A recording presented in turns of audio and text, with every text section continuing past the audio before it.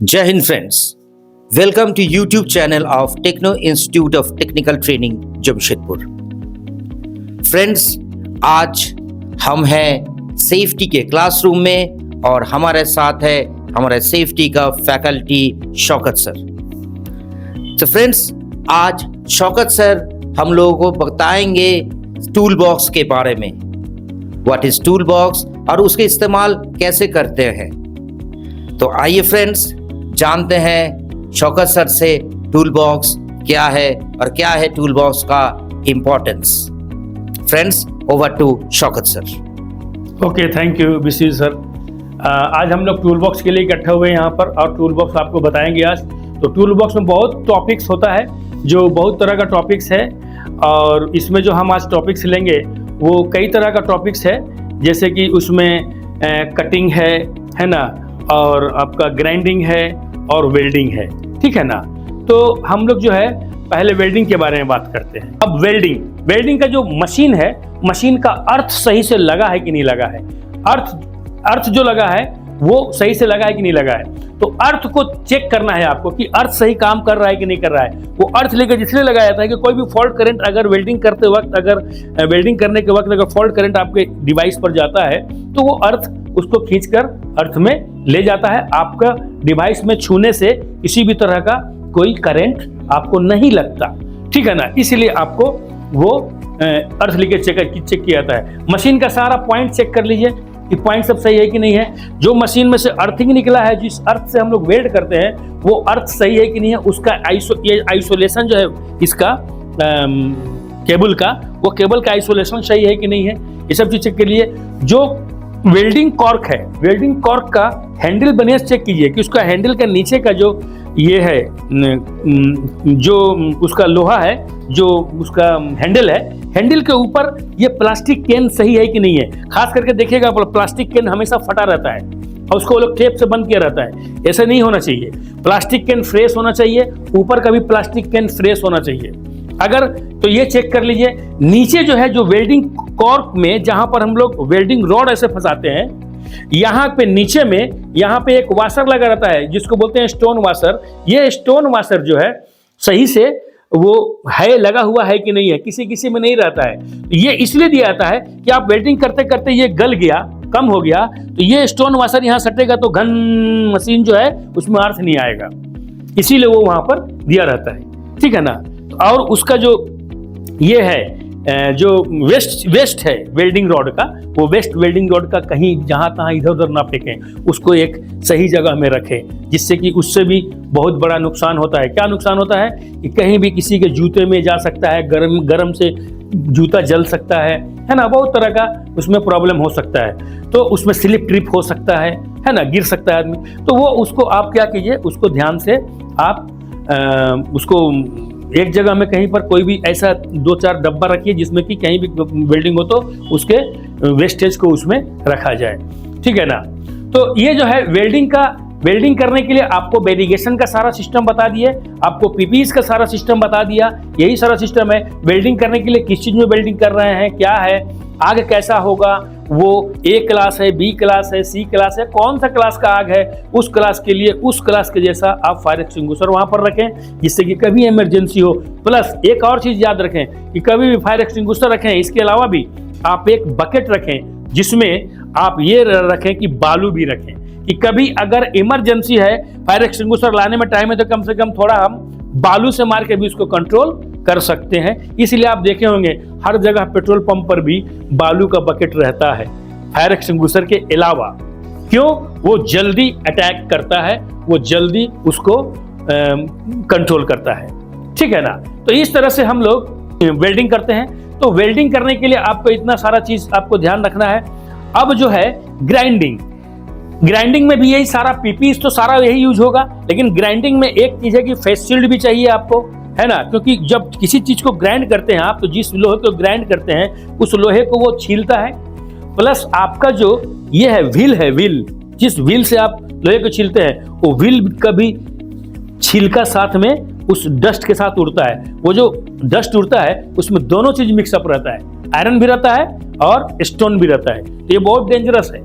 ये है, इसके लिए आपको N95 मास्क होना चाहिए, नहीं तो वो क्या हो सकता है कि आपके इनहेलेशन होगा तो बाद में सिलिकोसिस बीमारी हो सकता है, ठीक है ना। तो लोहा और ये पत्थर का जो बुरादा आपके अंदर जाएगा, तो वो आप याद रखें, उसको फेस शील्ड रखें, डस्ट मास्क यूज करें, है ना।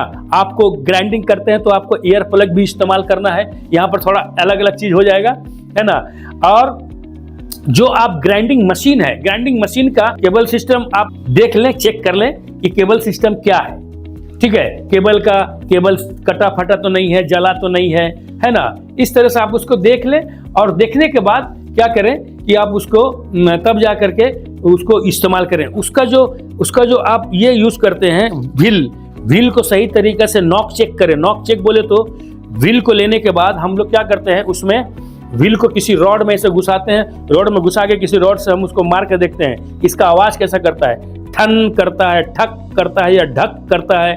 अगर ठन करता है तो यूज करने के लायक है, ठन ढक करता है तो सही नहीं है, वो अंदर से इनर क्रैक है, वैसा हम लोग इसको इस्तेमाल ना करें। ये सब आप उसको बताएं।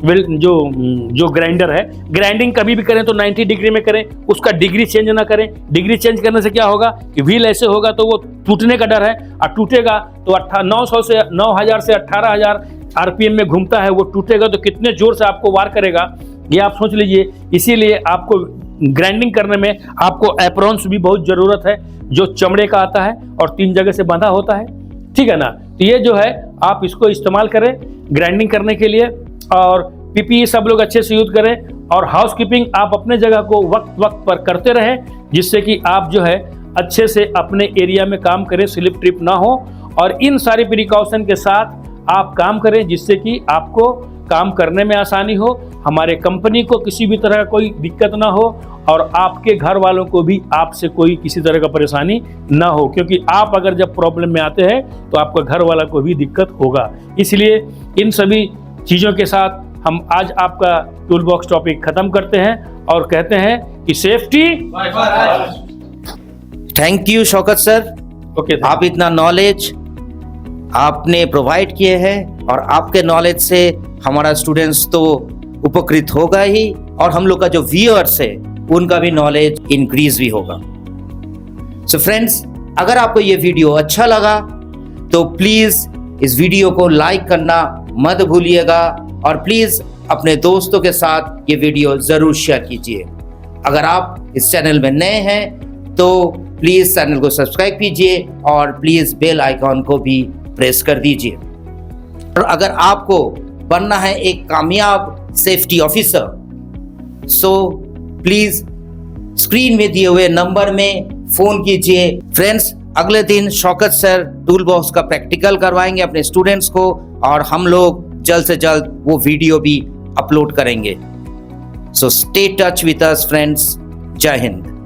जय हिंद। Techno Institute of Technical Training, आपकी उड़ान ही हमारी पहचान है। अगर आप में हुनर है तो ही आपकी कदर है, और युवाओं को हुनरमंद बनाने की हर संभव कोशिश Techno Institute of Technical Training के द्वारा जारी है।